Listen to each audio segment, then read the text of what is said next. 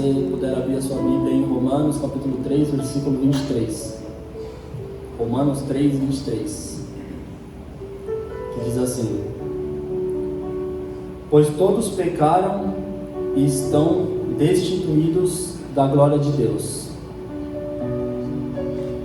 Só por aí mesmo, 3:23, se quiser pode deixar nesse versículo.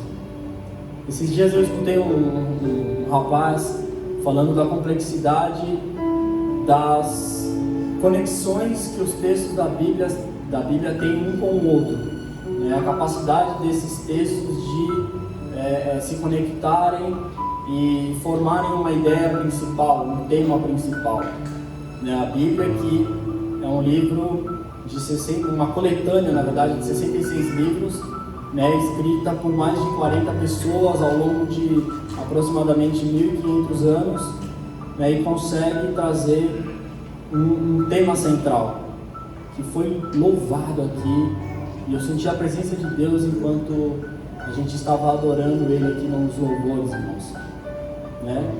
Mas se a gente tivesse que escolher tirar um livro da Bíblia para falar assim, olha, vamos pegar um livro aqui que mais sintetiza tudo, que mais, né, consegue resumir, que traz mais informações.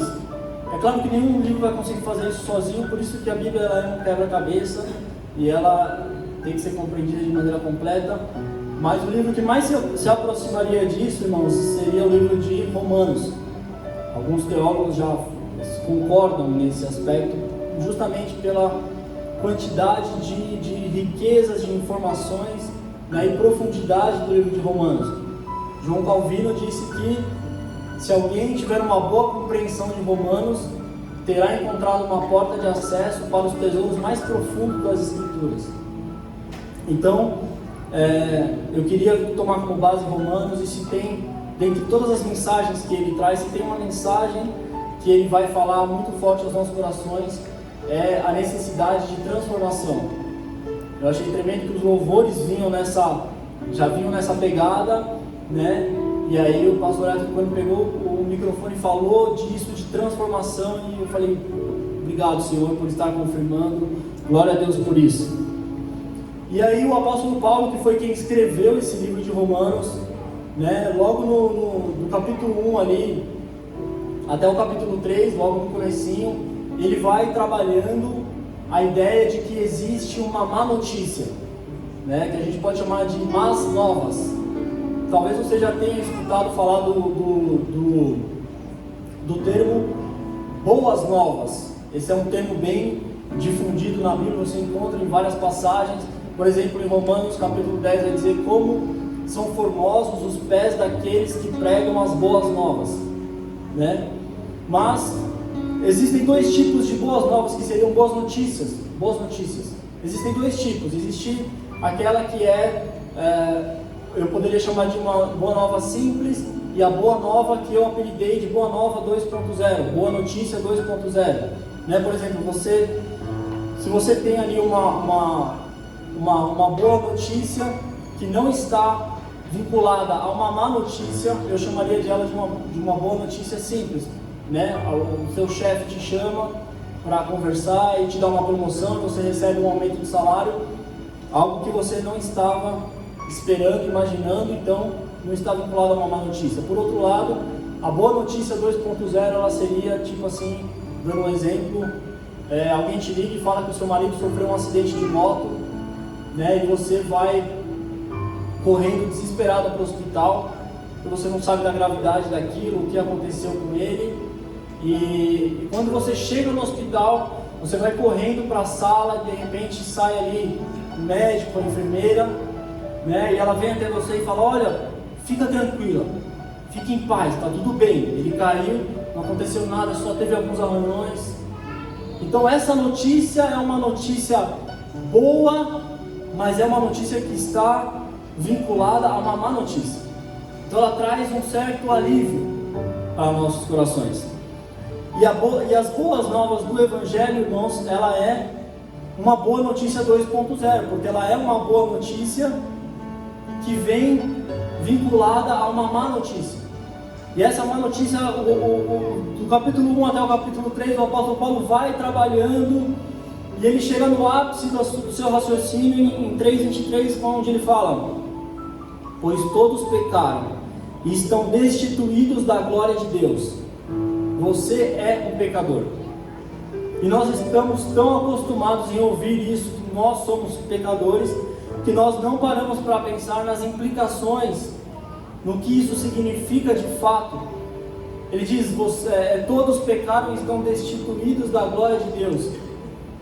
Ser um pecador implica em estar separado do autor da vida.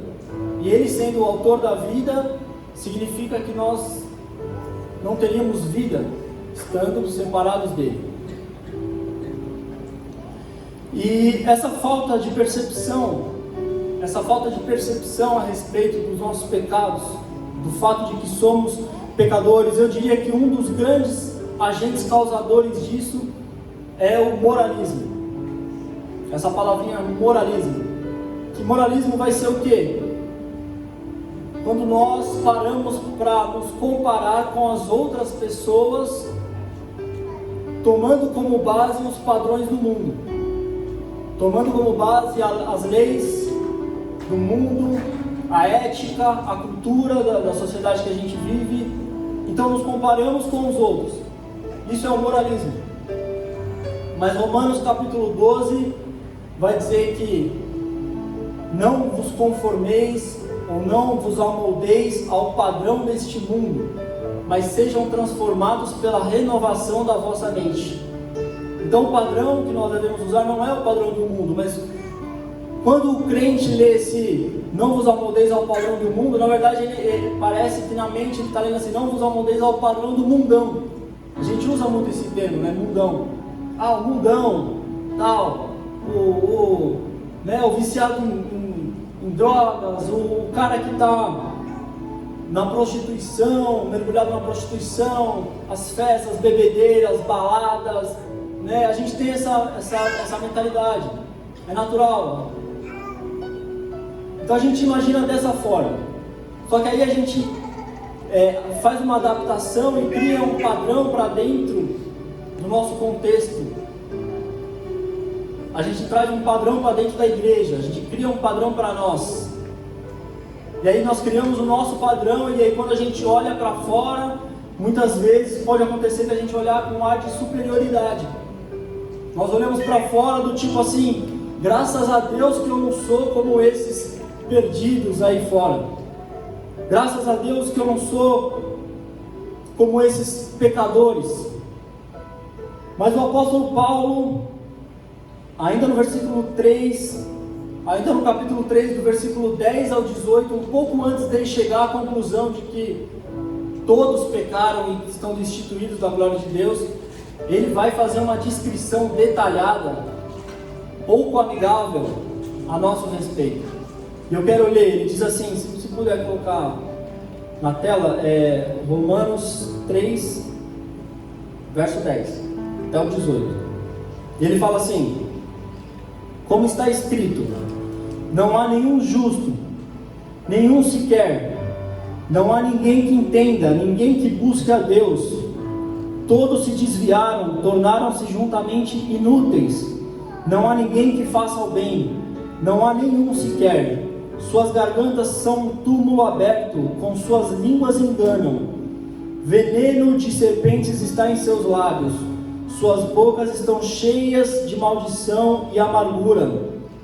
Seus pés são ágeis para derramar sangue. Ruína e desgraça marcam seus caminhos, e não conhecem o caminho da paz. Aos seus olhos é inútil temer a Deus.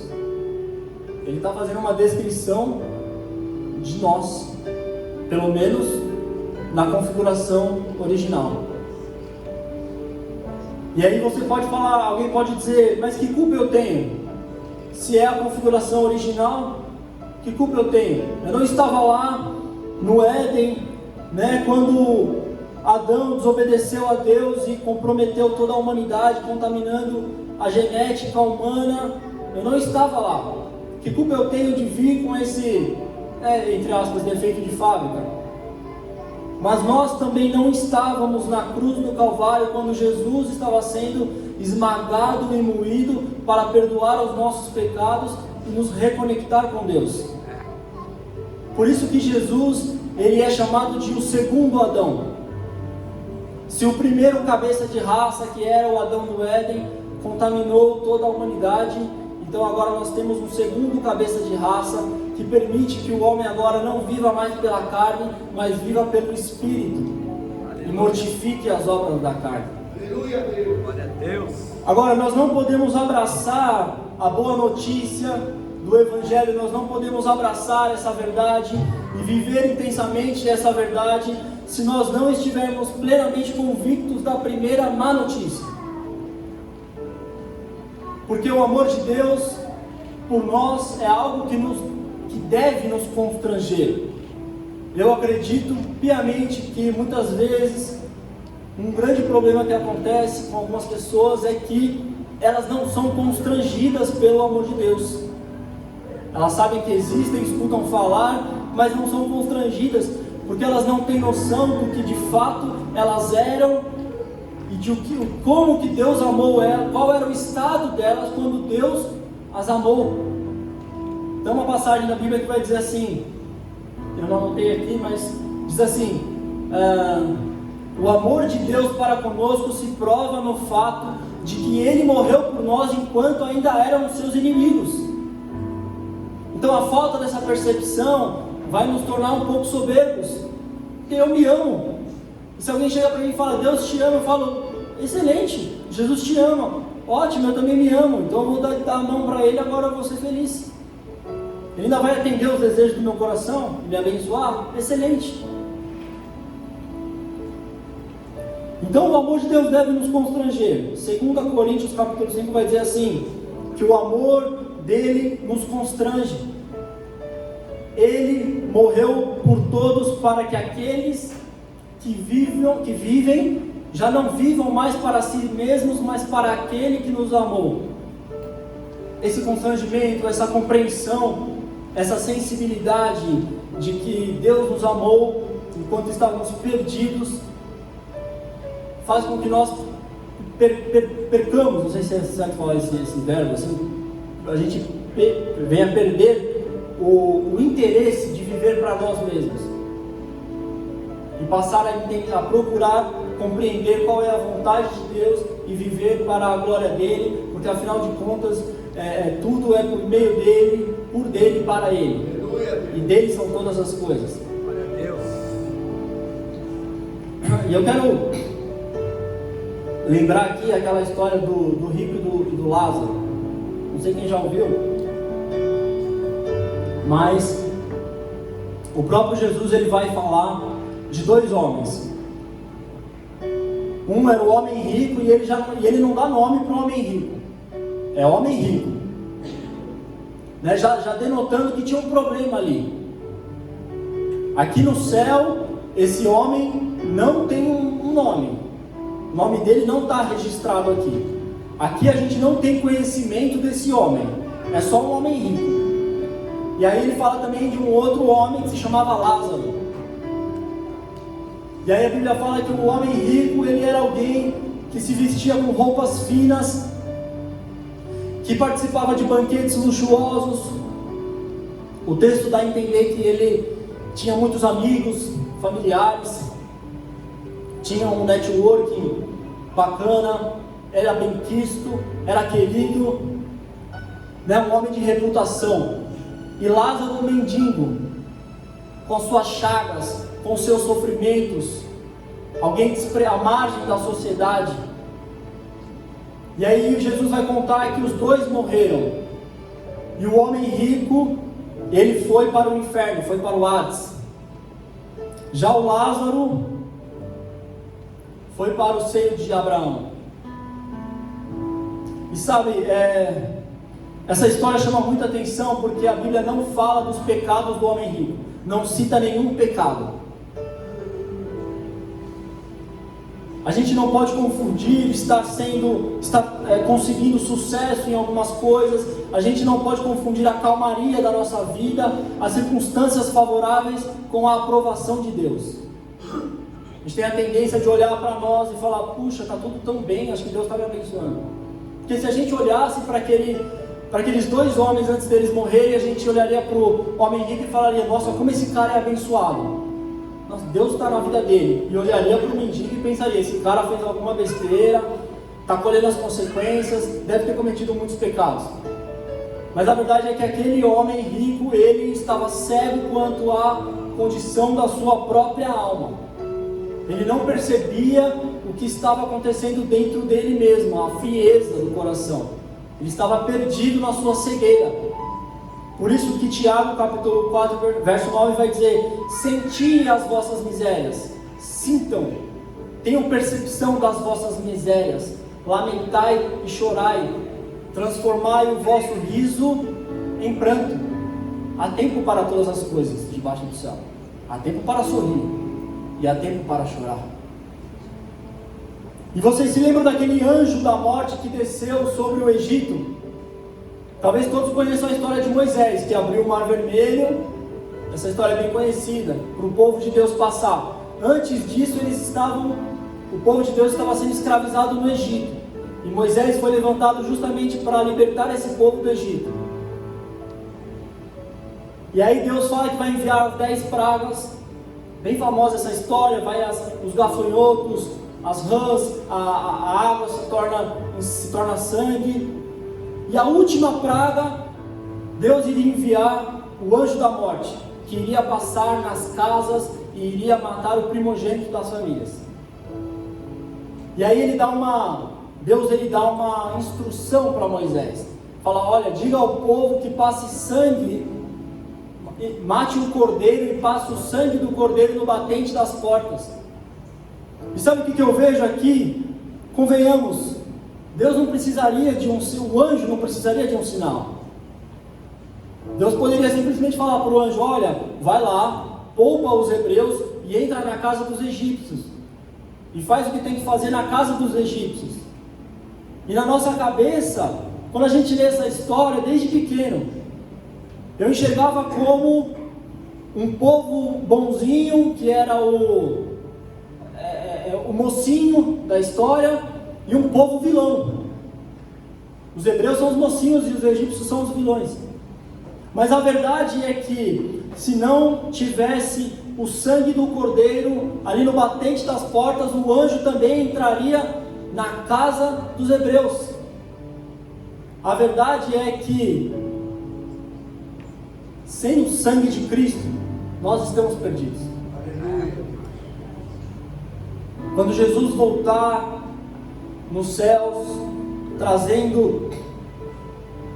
Eu pensei comigo assim: esse termo é muito forte, Senhor, esse termo é muito forte.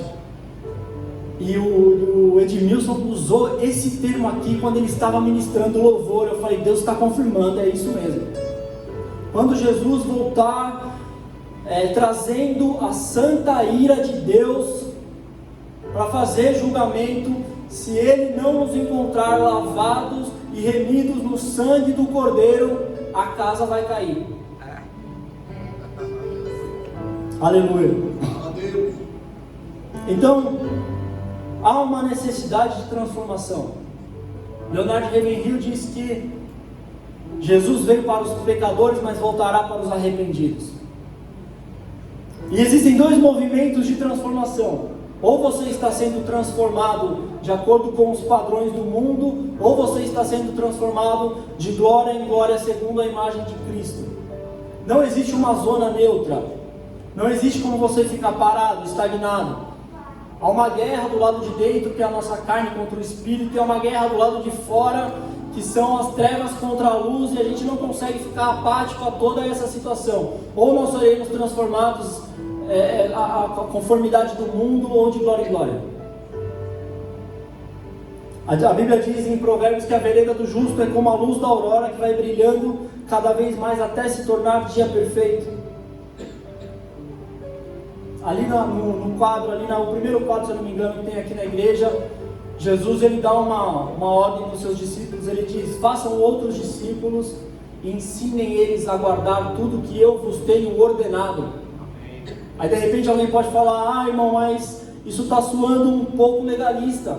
Quer dizer que existe um conjunto de regras, um conjunto de leis a qual nós devemos observar e andar à risca ali, na verdade não é sobre o esforço de obedecer leis, o esforço de obedecer regras, não é sobre leis, não é sobre legalismo, mas é sobre uma pessoa.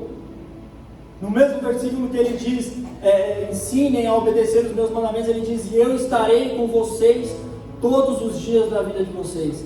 Eu estarei presente. É sobre estar com Ele.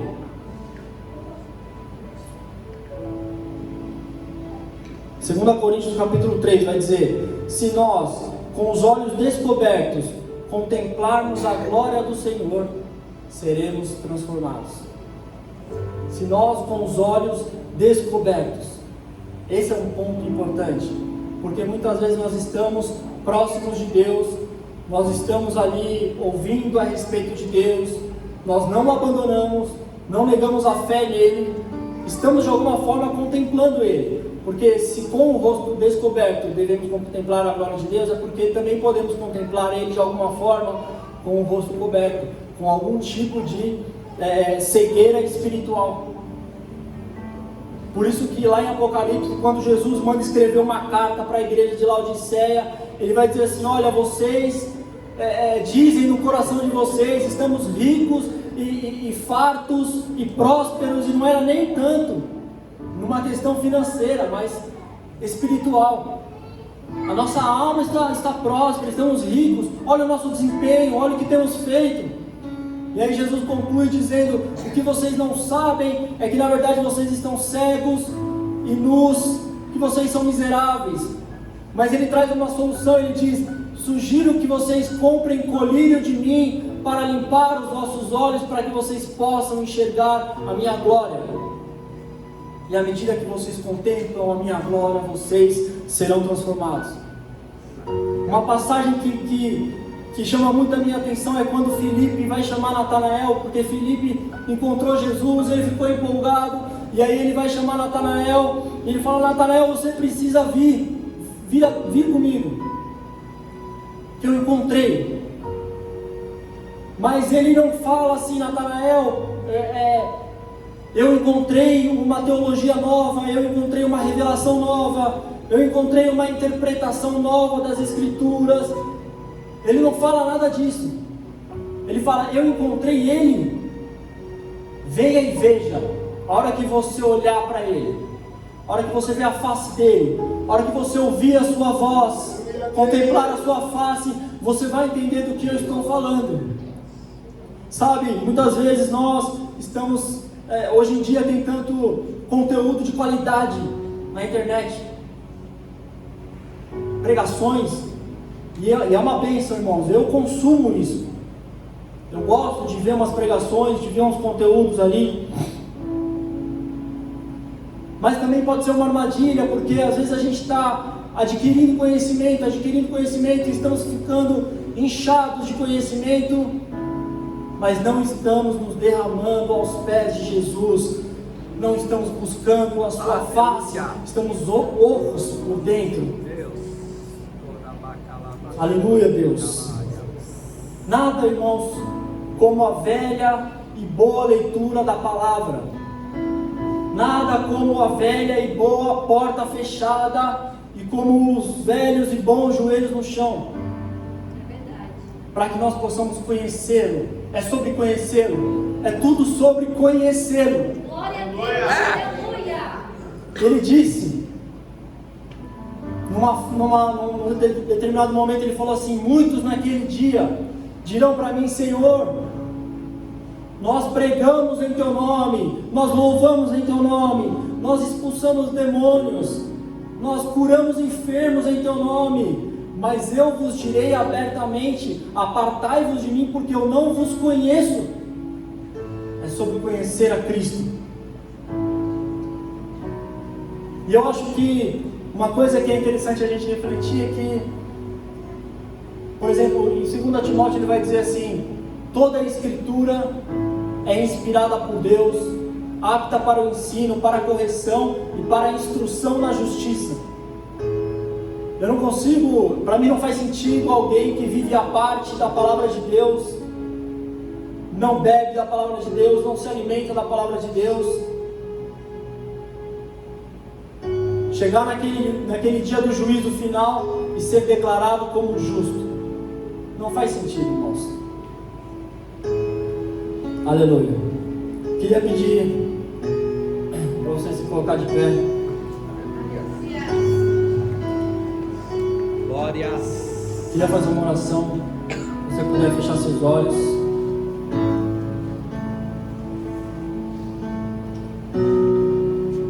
Glória a Deus. Sabe, o salmista vai dizer assim, no Salmo 51: o Senhor não se deleita em sacrifícios e holocaustos, senão eu os traria. O sacrifício que agrada ao Senhor é um coração contrito e um coração aquebrantado. A um coração contrito e a um coração aquebrantado, o Senhor não rejeitará, não desprezará. Senhor, queremos te agradecer, Pai, por esta manhã, Pai. Queremos te agradecer, Senhor, pela tua mensagem, Pai. Eu oro para que, Senhor, essa semente, Senhor, encontre terra boa, Pai. Crie raízes, Senhor, e produza frutos, Pai, para a sua glória. Peço que o Senhor continue, meu Deus, movendo os nossos corações a arder. Queremos corações contritos, queremos corações aquebrantados, Pai. Não queremos mais viver, Pai, de maneira fria, calculista e pragmática, Senhor.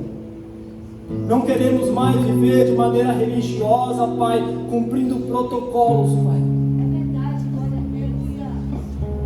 Se você está sentindo algo queimando dentro de você, abra o seu coração a Deus e fale com Ele. Aleluia. Aleluia. Glória a Deus. Obrigado, Senhor. Fala conosco, Pai, nessa manhã, Pai. Fala conosco nessa manhã, Pai. Atua em nosso meio, Pai. Seja feita a sua vontade. Veja, a vida está tão perto. Corre, a paz não está tão